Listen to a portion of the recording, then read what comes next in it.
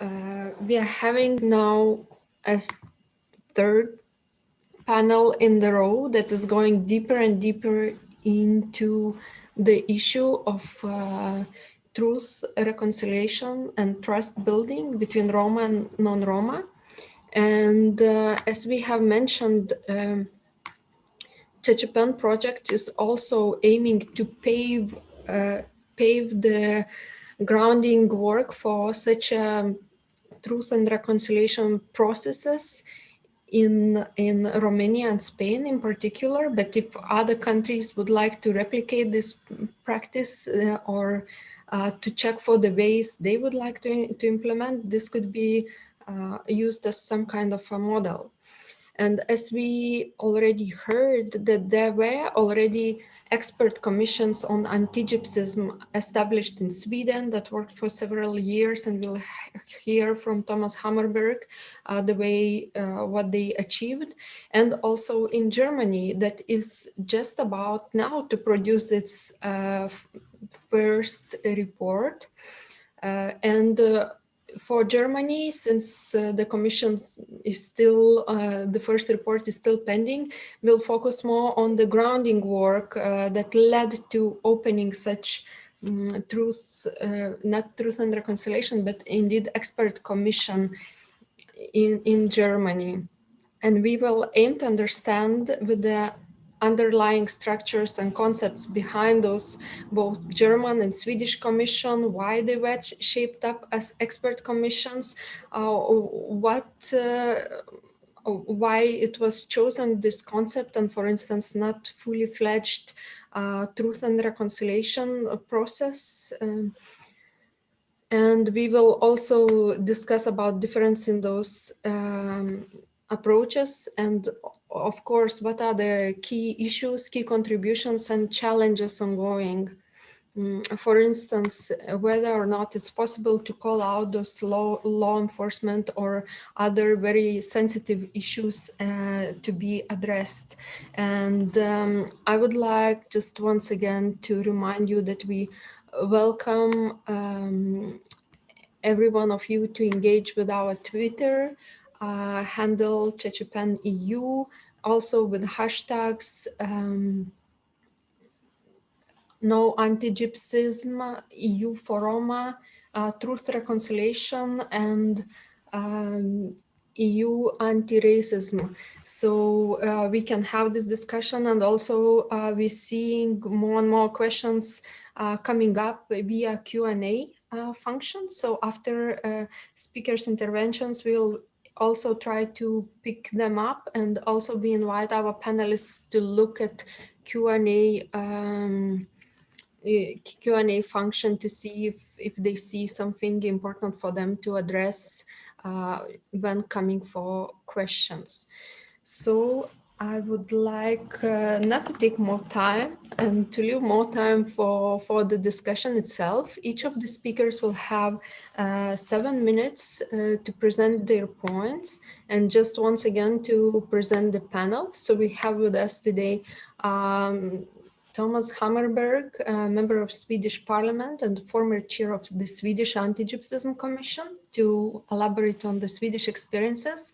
Anja Raus, independent expert and political advisor from Central Council of German Sinti and Roma, to show what has been the work of civil society that led to that commissions, and Ismael Cortes, who is a member of the parliament in Spain, and he will probably touch upon the most recent developments in Spain that also are aiming to address Franco's regime. And we have with us also Florin Manole, former member of the parliament in Romania, who will also discuss why the Romanian Truth and Reconciliation Commission or Anti-Gypsyism Commission didn't work out well initially, and what are now the political openings or possibilities to address this issue from this approach. So I would like to start with the Thomas Hammerberg. The floor or the screen is yours, and it's a great pleasure to have you here and that you can join us. So please tell us about the Swedish Approach Commission. Thank you. Thank you. I heard in the previous discussion that there was a discussion on whether one should focus on the national or the international or European. I belong to those who feel that it's very valuable to have an international approach to this. We can learn from one another, and many of the problems are actually rather equal between the countries. But now I will focus on what we did in Sweden. First, I would like to emphasize that almost everything which has happened has been the result of initiatives from Roma themselves or some of their colleagues and supporters like myself. Without this pressure from those groups, nothing would have happened, in my opinion. We just tell you in some steps what has happened so far. It was understood that there was a very bad background of depression and discrimination against the Roma people in Sweden, really very serious. And in fact, many of the what happened in Germany later on was actually initiated here in my country. So there was obviously a feeling that the history there was absolutely necessary to clarify. And so the first step was really to demand that there would be a real survey into what happened during the 20th century. And when that report came, it was, I think, a strength of the report that it wasn't only done by professional professors of various kinds, but it was really to a large extent based on interviews with Roma themselves and the survivors. And that created another sort of image around this important report, which we felt was a white book on the background to the situation now in Sweden. So that was the first step, this a serious, very detailed study on what really had happened during the 18th century. The next step was that we demanded that there would be a commission set up in order to look at the consequences of what was reported in the white paper, but also to sort of describe what needs to happen after that. And the important thing was that the majority of the members of that commission were Roma themselves. Soraya Post was one of the members of this commission. I was also a member of it. There were 9 people in the commission and 5 from the Roma communities and 4 people who had been involved in the discussion and campaigning, who had some knowledge about the situation on the Gajé side. We worked for 2 years and came up with some proposals, and of course then expected the government to take actions. And some of the actions that we proposed has actually happened, including, for instance, education in schools. But we still feel that there are recommendations which have not been implemented, and there is a discussion ongoing with the government about what steps need to be taken. And that's where we are today. I think the lesson we have learned is that it's absolutely necessary to go through the history and the background, and that some steps must be taken in order to secure that there is a recognition and a knowledge first, and then a recognition of everything that happened, and that the state has a responsibility to make corrections to that. I think the work of the Commission was also a fairly good experience. I think, in fact, that there is a need to create something similar now to assess what really has been the results during the last 4 or 5 years, and we're waiting for that. One thing that happened was that the authorities, the government and the local authorities, they felt that there was a need of planning a program of integration the Roma population in the society. And the atmosphere of this wasn't, in my opinion, ideal. They, for instance, they had as a goal, as a stated goal for the whole exercise, that this was about 8 years ago, that those Roma children who were born that year, those people would, after they have reached the age of 18, have the same social possibilities as all others in the country. And that was sort of the ambition, that within those 18 years, the problems of differences between Roma and the other population in Sweden would not be striking and would not be full of hidden or open discrimination. Of course, the reaction among the Roma population was, why do we have to wait 18 years before it's recognized that we have the full human rights as all others in this country? The government people said that, well, this is a long process. There are deep prejudices here, and it will take some time before it has sort of developed into this state.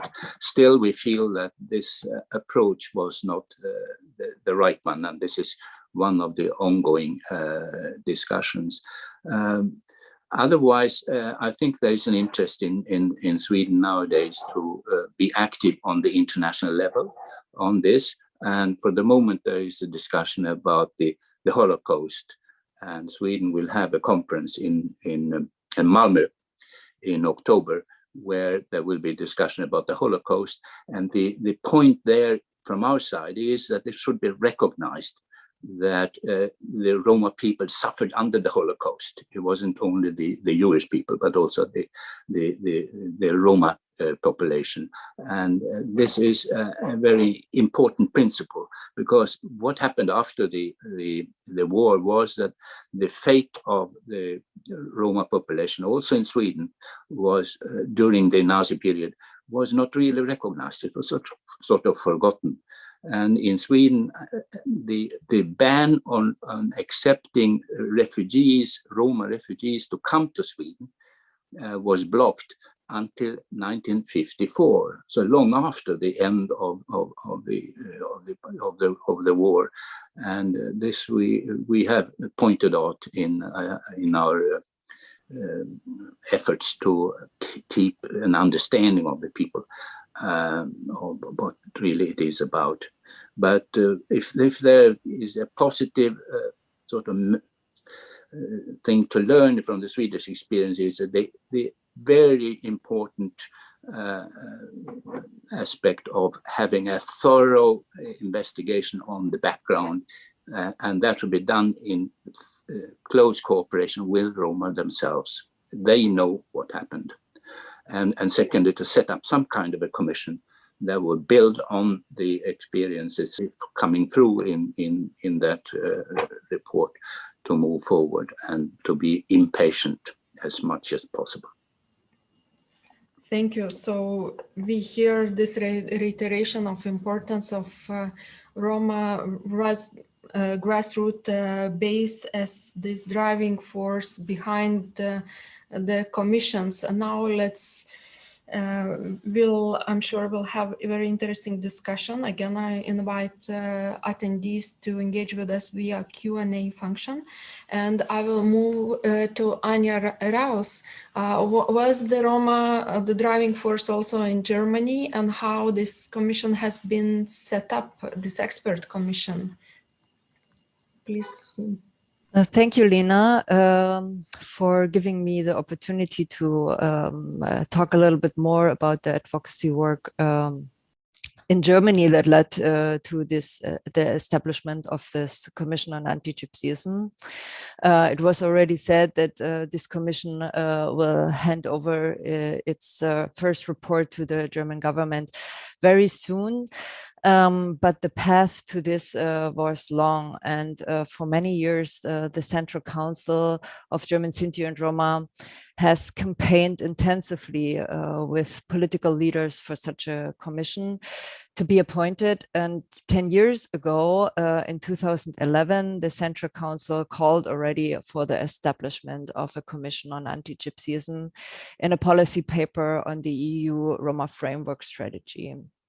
This paper called for the committee that should compile a report with recommendations, and that should consist both of experts from academia and from the practice, Roma and non-Roma people. An important reference point that needs to be mentioned is for the German context that a committee on anti-Semitism was already appointed by the German government following a resolution in 2009. And this committee had the mission to research contemporary anti-Semitism in Germany. In 2012, this committee presented a first report, followed by a second report in 2017. The experience of this work on anti-Semitism has shown that such bodies can produce important new findings for policymakers and society and formulate tangible recommendations. Following that, already in 2013, the Central Council called on the newly constituted parliament to also establish such a committee on anti-Gypsyism. However, cross-fractional consensus and political will had yet to be formed. A motion for a resolution tabled by the opposition Green Party in 2014 to establish a commission on anti-Gypsyism failed and was rejected by the parliament. During the previous term, then the Central Council stepped up its effort to gain political support from the coalition parties, which is the Christian Democrats and the Social Democrats. In particular, the status as a national minority enabled the Central Council as a stakeholder of Sinti and Roma in Germany to put forward this demand in meetings with policy makers. Also, this demand received significant support by politicians such as the former German Commissioner of National Minority Affairs, Hartmut Koschig, and the Ministry of State for Europe, Michael Roth. Both politicians campaigned in their respective parties for the establishment of a commission and helped the Central Council to organize a first hearing on that topic with the governmental parties and members of the parliament. The Central Council also produced a first concept paper that elaborated on the goals and tasks of such a committee and shared this with policymakers across all parties. Through this advocacy, the Central Council raised awareness for the need of an in-depth examination of the historical dimensions and the current manifestations of anti-Gypsyism. But this need was also made clear by many publications of the Central Council on anti-Gypsyism, such as on the police, it was mentioned in the panel before, on justice, in the media, as well as hate speech online and in the public discourse. In addition to that, population polls show the alarming extent of anti-Gypsyism in Germany. Up to 60% of Germans agree with anti-Gypsyist statements. However, initially there was just non-binding signals of support from policymakers, and only after intensive talks with parliamentarians during the coalition negotiations in 2018, it was possible to include this establishment of an independent commission on anti-Gypsyism in the coalition agreement. In the following, the government provided also budget funds for the work of the commission amounting to 550,000 euros per year.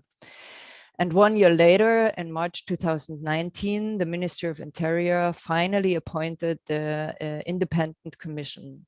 This was also accompanied by a coalition-based resolution of the German Bundestag. Let me conclude with this key and long-standing demand of the Central Council has been met to address the fight against anti-Gypsyism based on historical responsibility. The resolution that I mentioned states, I quote, "Against the backdrop of the long ignored genocide, the systemic deprivation of rights, humiliation, deportation, and murder of hundreds of thousands of Sinti and Roma in occupied Europe during the Second World War, Germany bears a special responsibility in the fight against anti-Gypsyism. The German Bundestag is grateful that Sinti and Roma did not turn their backs on Germany after 1945. End of quote. However, this is not only the establishment of an independent commission to combat anti-Gypsyism that results from the German responsibility, but also the duty of the government to decisively encounter any form of hatred against Sinti and Roma and anti-Gypsyism right from the beginning. It is the task of the German government now to protect and to promote minorities and to prevent their discrimination and exclusion. And we are all looking forward to finally get this report very soon. Thank you for your attention, and I'm happy to discuss this further with you.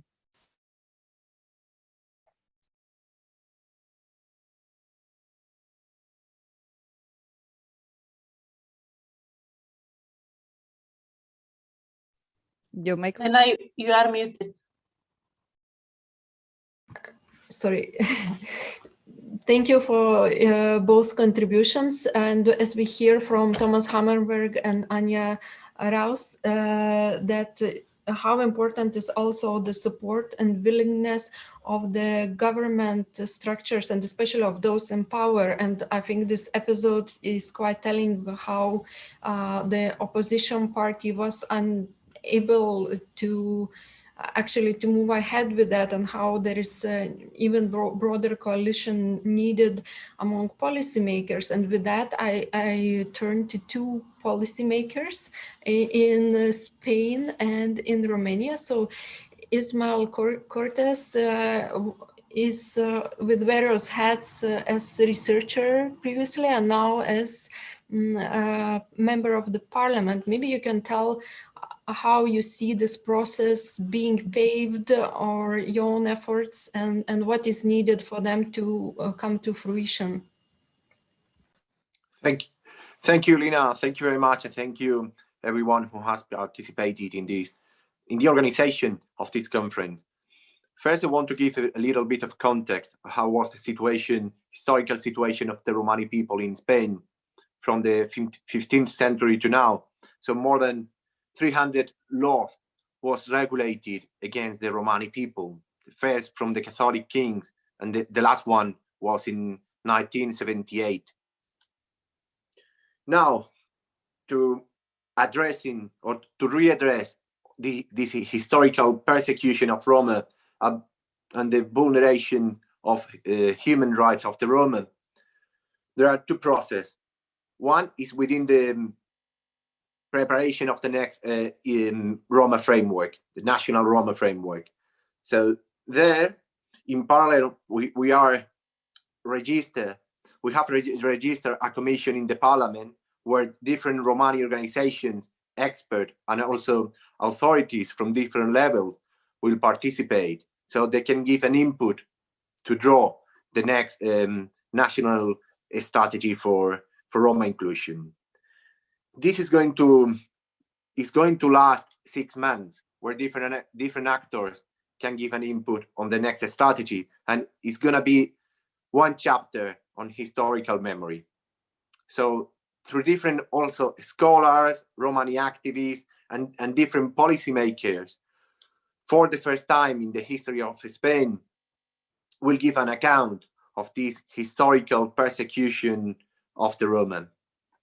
There are another process is within the vice presidency is a committee on democratic memory, and it's going to be one chapter on Roma, but in this case, it's going to focus on Franco dictatorship, because during Franco there were different laws addressed to Roma, and specifically there were internal regulations of the civil guard, that is a kind of military police, and there were 3 articles specifically designed to prosecute the Roma. And I want to quote the 3 articles. For example, in Article 4, they say the Gitanos will be scrupulously watched, taking rigorous care to recognize all the documents they have, confront their particular signs, observe their costumes, and find out their way of life.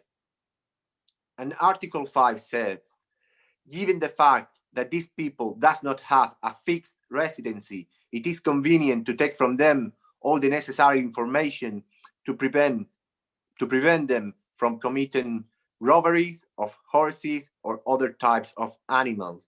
And the last one, it says, it is ordered that the gypsies and horse dealers carry, in addition to their personal identity card, the document of the treasury that authorizes them to exercise the trade of horse dealers. So a very rigorous vigilance and surveillance were deployed for the Roma. And together with this vigilance and surveillance, a lot of police abuses were committed. And this was regulated in state laws.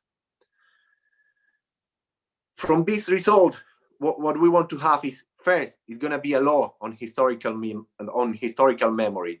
And second, to have a specific educational and cultural program readdressing all these historical persecutions, and especially a specific period of times. For example, the Catholic kings, it was a very damaging period for the Romani people. But then also when the Bourbon monarchy and the birth of the Enlightenment in Spain, when they proposed to sedentarize the Romani people, it was also a very critical period for the Roma. And then the Romani language was very much attacked in this period. And then also the period of Franco. So in these 3 period of time, we are going to focus and to put very much attention in order to readdress all the historical persecutions. In the end, what we want to have is to include the Romani history in the educational curricula by law, and also to include all the Romani chapters in the democratic memory of Spain. And I think this will be done in the next year, hopefully.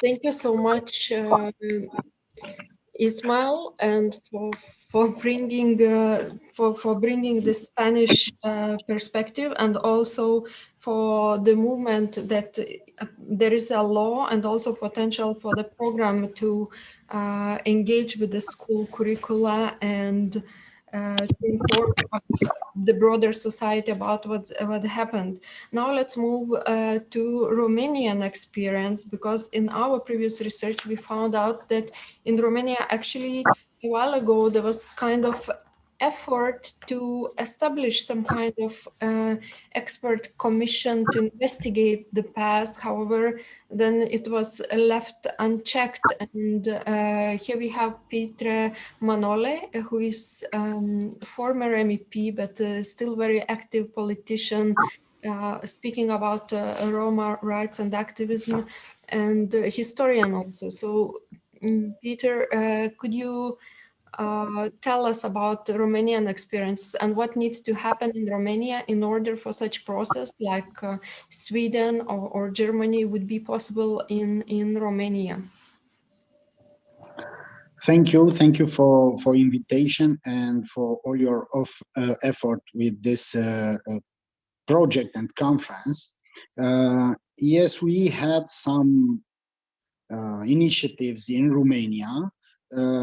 We had 1 year ago a new law combating anti-Gypsyism, which was voted in the Chamber of Deputies, I think, less than 1 year ago. So it's effective. We are not very happy with this law. It's not perfect, but it's a good achievement in the context. But I don't want to speak about the Truth and Reconciliation Commission in Romania because we have no such commission, and I don't think there is any plan for this. I don't know. I prefer to have two short and concretely points that I want to share with you today in the context of CHACHIPEN ideas and project, because I think this conference could be a good opportunity to clarify some points. First, about the objective to raise awareness on Roma history and culture. This is a very important idea, and Julius Rostas speaks earlier very well about this. But I have a small amendment. I mean, to raise awareness on Roma history among the Roma scholars, firstly, I hope, because in my opinion, thousands and thousands of Roma students in Romania and maybe in Europe have no information or not enough informations about their own history. So if we want to pave the way for true and reconciliation process, we should start, in my opinion, paving the way for Roma children to learn their own history. Let's don't go in the paradigm where, because they have more access to classic educational system, because they have more access to electricity, internet, and online education, non-Roma students became more aware on Roma history than Roma themselves. Now, sure, I'm exaggerating a little bit, but I want to underline something important for me. Let's don't invest more efforts in educating already educated group of people about the history of those which have no equal rights to education. And my second point, because you spoke a lot in the previous discussions about policymakers, about politics, about advocacy, and so on. So my second point, it's about another objective of both CHACHIPEN and Truth and Reconciliation process commissions, building a positive image of Roma among policymakers and other stakeholders. Your statement says, CHACHIPEN. Quoting the European Commission report, this will strengthening advocacy capacity among Roma activists and communities, you say. I learned something in my short parliamentary experience. The most, let's say, positive image of Roma, it's among Roma politicians and Roma policymakers. And I have an example. I mentioned before that we have an anti-Gypsyism legislation in Romania, but this is not thanks to the advocacy among mainstream politicians, but thanks to two Roma members of Romanian parliament. So yes, advocacy is nice, but political power, it's very nice. Advocacy could be effective, but political power, it is effective. Roma-friendly policy makers are very, very important, but Roma policy makers are full-time involved in their communities. And I'm going to say my closing remark now. Advocacy aims to target political will. As Gabriela Hrabanova and others, they said earlier. But policies are the result not of political will, but of political power. And it's a huge difference between political will and political power. And German example earlier explained us how political will was expressed when the Greens, I think, they had a proposal, but what was that? What was the result? Nothing. I mean, almost nothing, because Greens had no majority and no power that time. And the political power was what we had for a successful German story when we discuss about German initiative on reconciliation, truth and reconciliation. Thank you.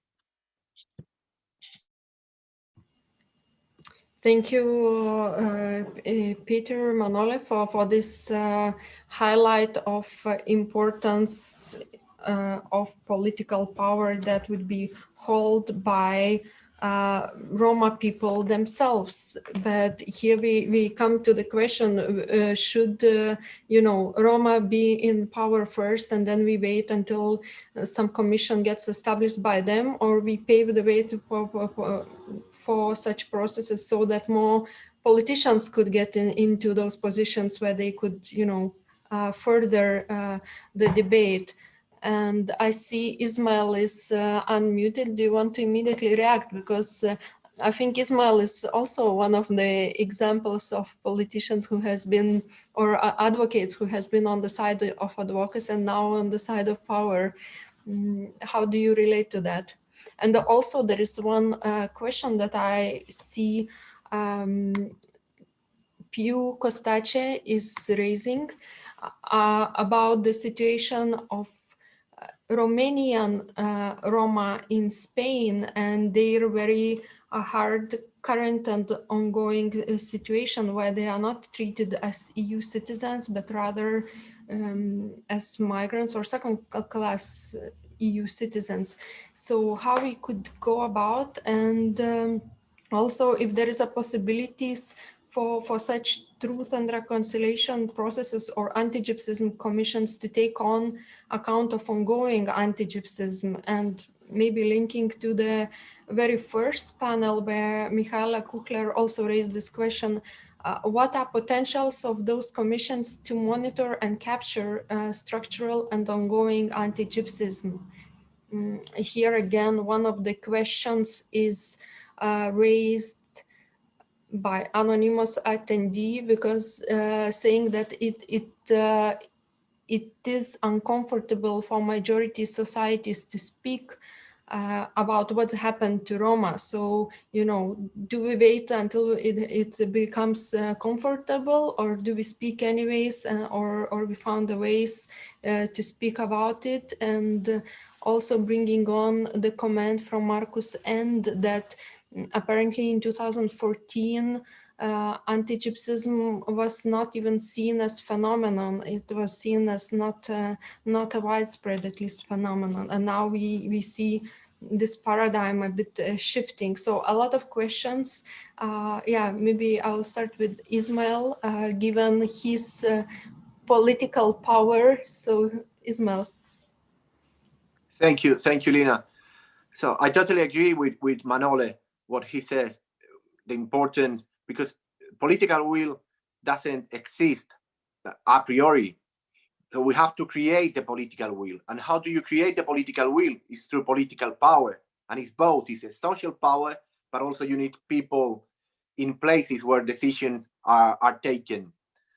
But beyond that, we need also a debate and good proposals framing all the question of research. It means the truth, the recognition of the phenomena, but also historical episodes of persecution and vulneration of Roma rights.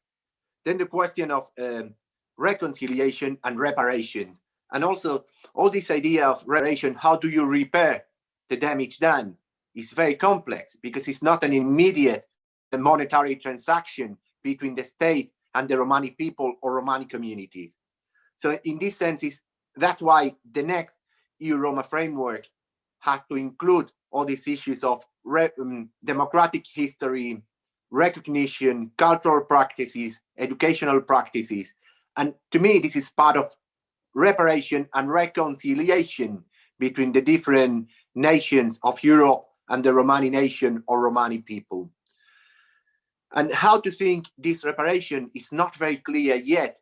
And that's why the CHACHIPEN project will contribute through research to frame this new political strategy or policy strategy.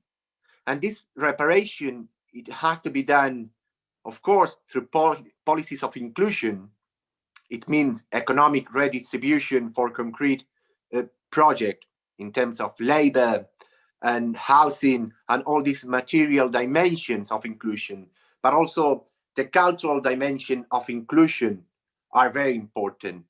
And the last thing is also the participation, what Manole says, is the participation of the Romani people in political processes. And I think this is also a way of reparation, recognition, and reconciliation, because until now, what we have seen is the total exclusion and marginalization of the Romani people from any educational, cultural, and political process. So my closing remark will be, let's think about the meaning of reconciliation and reparations, but not in a simple way.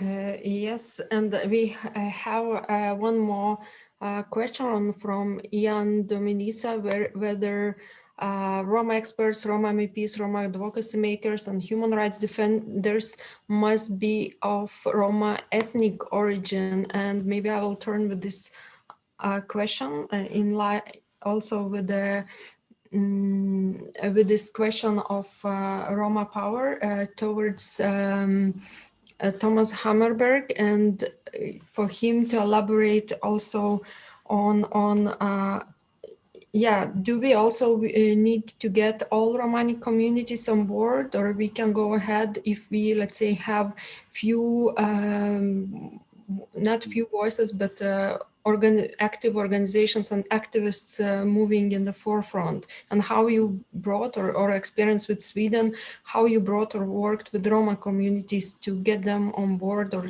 they were to begin with? Yeah, we of course have noticed that there are countries in Europe where Roma people are represented directly in the parliaments in the country. That is not the case in Sweden. Unfortunately, there are almost no sign of sort of a move from the Roma side to go into politics, to relate to the political parties or even join different political parties. That doesn't happen, and I think that's a sign that something is not working in reality. And we still are in a phase where there are certain non-Roma people who are interested in supporting the Roma population, and they sort of represent them. But what of course would be wanted would be that Roma people themselves are working for their interests, and that they could be candidates to be members of the parliament or local authorities. That hasn't happened, and I think that's a reflection of a fear that they will not be fully recognized, that they would be not liked by other Romas when they take positions between political parties, etc. And there is something there that needs to be developed. And I think the only way is established those who are in the parliament and really to pay an interest into the situation of the Roma, really sort of make clear that they have understood that there has been years and years and years of repression against the Roma population, and there is a sort of full recognition of this, and it still hasn't come in spite of the formal decisions which have been taken by both the government and the parliament and the local authorities. It's sad, and there I hope that there might be some inspiration from those countries where there are Roma people in the parliaments, for instance, and even in other decisive bodies in the countries. So we have something to learn there, definitely.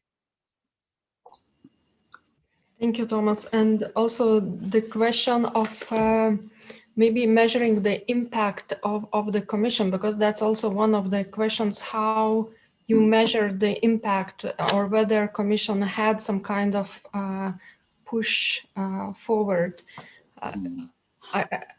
If you can just very briefly, or we leave it for CHACHIPEN project to discover.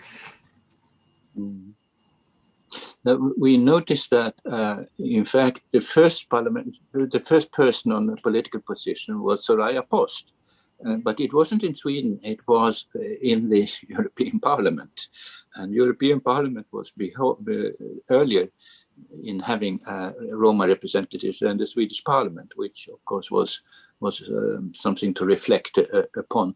But I guess that in other countries as well, where there have been more progress when it comes to representation in the political bodies, that it depends very much on the individual Roma people who are prepared to take that step and would be sort of respected in that role. I mean, Soraya Post is an example in Sweden, but we have too few of her, in spite of the fact that the whole campaign for Roma rights in Sweden actually started by Roma themselves, of course, and we had some brilliant personalities on that side, which really created an important discussion.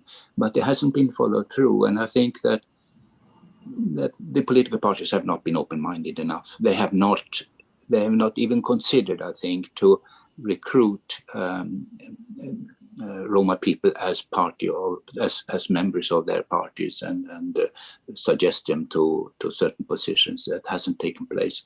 So we have a lot of work to be doing there. Thank you, Thomas Hammerberg. And how about situation in Germany? Because I mean, on the one hand, it was also led by the advocacy of Central Council, as Anya mentioned. But what about the role of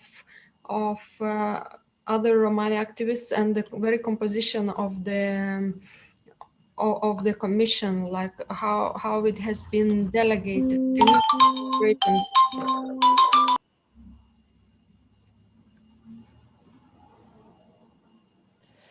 Yeah, maybe let me start with what Marcus said earlier.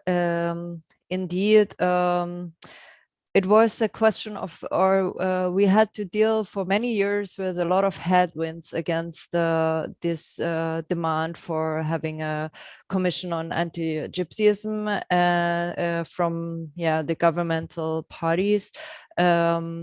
But it took a while to get to the point why it's important to have a commission like that, and how it should be composed. And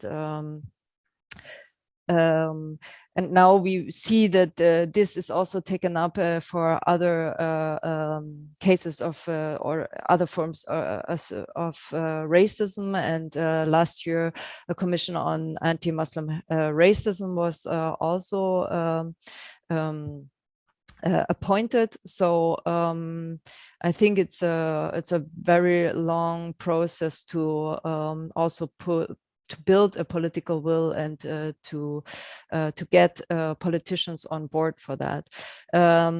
The commission itself, there are as well academics with Sinti and Roma background and without, but it was important to have a variety of different academic fields represented in this commission, and also from the practice, both with Roma and non-Roma background, because also our belief is, and we also stress this point in our reference paper on anti-Gypsyism, that it's not an issue of the minority itself, but of the whole society to overcome anti-Gypsyism. And therefore, it's also important to have not only experts from the minority that work on this specific issues, and also it's important to have better representation in politics and society of Sinti and Roma, but also, like Thomas Hammerberg said, people that support and care about these issues, and taking forward the fight against anti-Gypsyism, because it's sometimes important, because we don't have in all important positions in politics people from the minority that they can take up these things. And also, I think it's important to address that as a society issue. And and now the commissioner, there are, I think, 3 people with a Romani background, a Sinti and Roma background in the commission, and the rest of the commission is from non-Romani background. And it was also a problem at the second committee on anti-Semitism, because the government created this commission with no Jewish representatives at all from the beginning, and that raised a lot of concerns. And then they had to overthink the whole second committee, and bring also the Jewish perspective in this work, because it's very important to have this perspective in such a committee. Thank you so much, Anya. And with this, your highlight on capturing also Roma participation, but also capturing different approaches of and manifestations of anti-Gypsyism, I would like to turn to Peter Manole in the way, how do you think how these commissions could help in identifying and capturing maybe not those most blatant and obvious forms of structural racism, but those more nuanced and subtle forms, and what it can do in your view?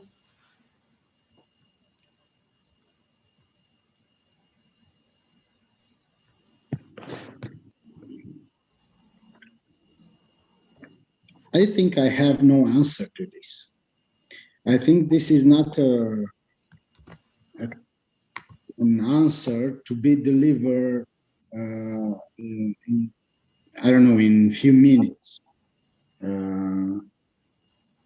We never thought about this kind of initiative in Romania before. And actually, I think we should be very cautious when we spoke about new initiatives and new ideas. Why? Because we had many initiatives passed by the government or promoted by civil society, which came up to a result on papers, but no result in concretely reality. I don't know, not very effective in the Roma community's life. So I think this kind of idea, to conclude, if we need such a commission, how such an initiative, how this kind of initiative could help our communities, should be an idea to reflect and to debate between Roma NGOs, activists, politicians, and our non-Roma friends, which support us usually, but just to copy an initiative, even such a good and effective initiative, how was this initiative was from South Africa to Sweden, from Germany to Canada. I think it's not necessarily a good idea not to copy, but to reframe in the Romanian context. But for this reframing, I should admit I'm not such type of politician which has answers to all the questions. I'm sorry. Very good, because I think that will be also the role of CHACHIPEN project to continue this discussion with the Roma communities, organizations, and local politicians, and so on. So we definitely are happy to have such a critical and cautious advisory board members on board. I would like also to move to Ismail for this question.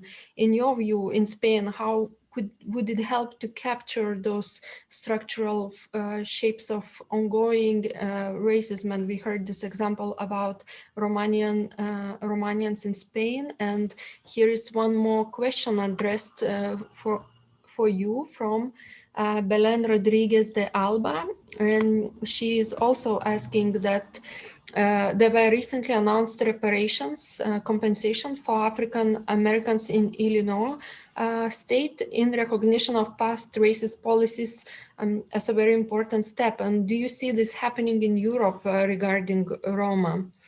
So also bringing question of what are the actual follow-up measures and whether such commissions can have a teeth, as Peter was highlighting, that they might only, the risk being that they may raise a lot of expectations and hope, but then if nothing happens afterwards, communities can be even more, and especially victims and survivors can be even more disappointed. So Ismail, your point of view. Yes, thank you. So first, the first achievement is going to be a change in the law. So it's going to be, as I said, two processes. One is going to be an input for the next national Roma strategy. But the second is going to be a specific committee on democratic memory with a chapter on Romani history during Francoism. And in this case, it's going to be a new law on historical memory with a chapter on Roma. So already when you have a law, from there you have concrete policies and concrete budget. So this is going to be an achievement already. The second one, if the next strategy is going to have also a chapter on historical memory and the recognition of the Romani culture, this is also in the national level, is a kind of mandatory framework. So at any level, we'll have an allocated budget, but also in the general public opinion is going to spark a debate, and therefore it's going to have an impact on media and also in academia, and it's going to be a different processes where people have to take a position on all these of historical memory, reparations, reconciliation. For example, in the parliament is going to be a specific commission that is going to last 6 months, and all the political parties during 6 months will have to take a stand on Romani history, Romani reparations, and Romani reconciliations. And from there, we will draw a report compiling all this process. This is also an impact on the public opinion. I very much agree with what Marcus said, that is 5 years ago, there were no awareness at all about what anti-Gypsyism is about. Now people at least heard the word. Now we have to explain what the word is about, what anti-Gypsyism is about, and what are the political processes that must be taken.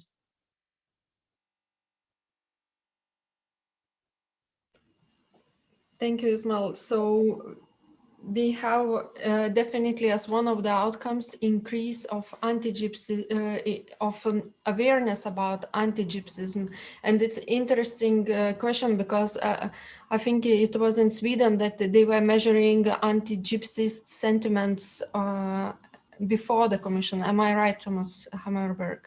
Yeah, so you know, like the question is how you measure the impact then, whether the, let's say, anti-Gypsyism decreased, because if awareness is increasing, it might look that you have more anti-Gypsyism ongoing.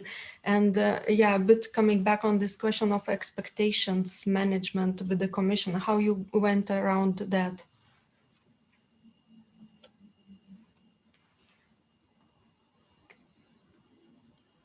Unmute yourself.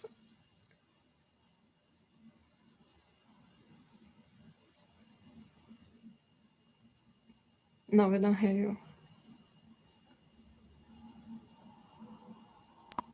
Okay, yeah, now we hear you. Say something. So I think one experience is that there is a need of the society really to demonstrate that they respect the culture and the history and the Roma as. So there's a tendency, there's a risk that they will be recognized and accepted only if they disappear from their past, and that's not right. We have to go along with the line that they are respected as a minority in the society. They have their right to the language. We should support the language. There should be radio and television programs which would be based on the Roma language and also with whatever they want to present, etc. So it's extremely important that we're talking about respect for a minority in our societies rather than something that should be disappearing, and we would accept the individuals if they accept our way of working, etc. And there is a real problem. The Council of Europe has this notion about national minorities, and to accept a minority as a national minority means that they have certain rights, and there's a list of points there which should be respected, and that is not always respected by the individual countries in Europe, unfortunately. So there is an attitude issue here, which we have to reconsider ourselves. And we who are interested in this field and human rights, basically, people, we should recognize that we cannot take over. We could only do results if we work together with the Roma representatives. We are not the ones representing the Roma people, but we are the ones who could really support them and get rid of this constant discrimination of many people in our societies. So self-criticism, I think, is absolutely necessary. So we add to the list, besides the strong follow-up measures and instruments, that self-criticism is an essential factor for such commissions. And maybe a last word for Anya. How do you see this expectations management in Germany? Are the people expecting a lot from the commission? Which people? Politicians, society, Sinti and Roma communities, especially. Roma community. I think there is not a simple answer. I'm pretty sure that the report and the recommendations that the Commission will publish soon will be very important also for the further work of the Sinti and Roma organizations. but yeah, I think it will be yeah, like it was said earlier, a painful process, and it's only another advocacy tool that we can use to push forward on certain topics for participation to fight anti-Gypsyism. But it needs it's only one piece of the puzzle to get somewhere, and we are only now in the beginning of a very long process, also to get this knowledge from the report known in the society, also in the regional level, because a lot of questions in Germany, like police, like education, is in the hand of the regions, and we have to get this knowledge and the recommendations also in the regions worked with. So I think that will be a long way and a lot of work for the community here to get there. Thank you so much, Anya. And I think with this, we can close today's panel. So what we learned today, I think the importance of Romani people holding the power, not waiting for the power, but having the power and being in the forefront of this process and steering it. And then human rights organizations and activists actively supporting them, but not jumping in front of them. And also the importance to work together and to be self-critical, as we heard, that it's very important for the commissions and for those who work along, and to constantly check about the support base within Roma communities and representatives, if there is such support. So with this, we close this exciting panel, and we hope to hear and learn more about commissions and about in Sweden and Germany, and especially about paving the way and those new openings that Ismail and Petre has highlighted. And now we will be inviting you for lunch. We'll have a lunch break until 1:15.